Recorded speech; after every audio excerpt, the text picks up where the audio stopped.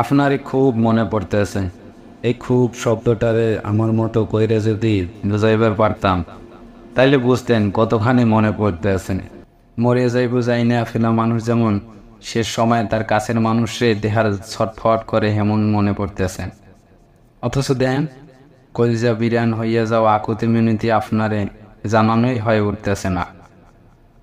আচ্ছা, আপনি কি এখন আর ওই দুঃস্বপ্নটা দেখেন না? রাতভর আর ঘুম আপনারে পাইতো না। আমার কল দিয়া করুণ সুরে জানান দিতেন বাজে একখান দুঃস্বপ্ন দেখছেন। আপনি দুঃস্বপ্ন দেখছেন আমি হারাইয়া যাইতেছি। সারা রাত একটা ফোন কলে রাত শেষ করতেন। কি ছেলে মানুষই না করতেন। বলতেন আমার নিঃশ্বাসে শব্দ পাইলে আপনার আর হারানোর ডর করতো না। জানেন, আমার মাঝে মধ্যে আপনার পাগলামো ভরা দিনগুলোর কথা মনে হয়।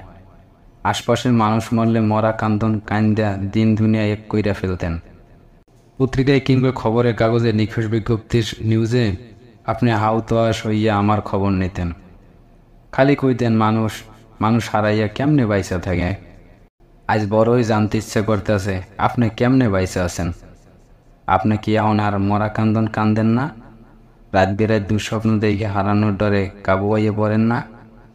আপনার কি আমি মানুষটারে মনে পড়ে না? চোখে দেহা দেখতে ইচ্ছা করে না? কত অভিনয় করলাম, পাথর হয়েছি, অথচ দেখেন বাচ্চাদের মতো এখনও কেমনে কান্দে উঠি।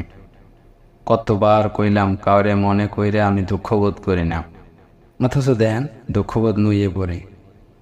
নিজের সাথে কি অভিনয় করণ যায় কোন? মনের বিরুদ্ধে কি আর দুঃখরে দূরে ঠেলা যায়? তাই যেদিন টুপ কইরে মরে যাম সেই দিনও আপনি এরকম থাকেন। কোনো খোঁজ নাই খবর নাই, যেন আমি কেউ নাই এমন ব্যবহার কইরা যাইয়েন। আপনার এখন আর আমারে মনে পড়ে না, সহ্য হইয়া গেছে। আপনি যদি আমার মইরা যাইবার খবরে মরা কান্দন কান্দেন, বলা যায় না হয়তো মরার পরও দুঃখ পাইতে পারি।